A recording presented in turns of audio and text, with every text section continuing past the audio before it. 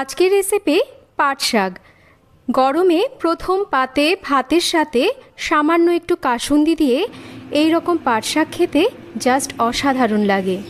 তার জন্য তেল গরম করে কালো জিরে, শুকনো লঙ্কা, বেশ খানিকটা থেতো করে নেওয়া রসুন আর চিড়ে নেওয়া কাঁচা লঙ্কা ফোড়নে দিয়ে যখন রসুনে একটু রং ধরে আসবে, কুচিয়ে নেওয়া পাট শাক, লবণ, হলুদ আর সামান্য করে একটু মিষ্টি দিয়ে মাঝারি আঁচে রেখে ভালোভাবে এই রকম নাড়াচাড়া করে নিতে হবে।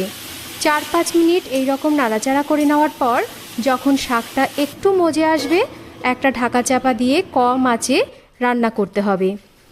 শাক থেকে জল বেরিয়ে শাকটা ভালোভাবে সেদ্ধ হয়ে যাবে।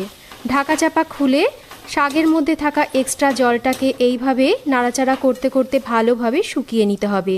তাহলেই তৈরি হয়ে যাবে দারুণ সুস্বাদু পাট শাক।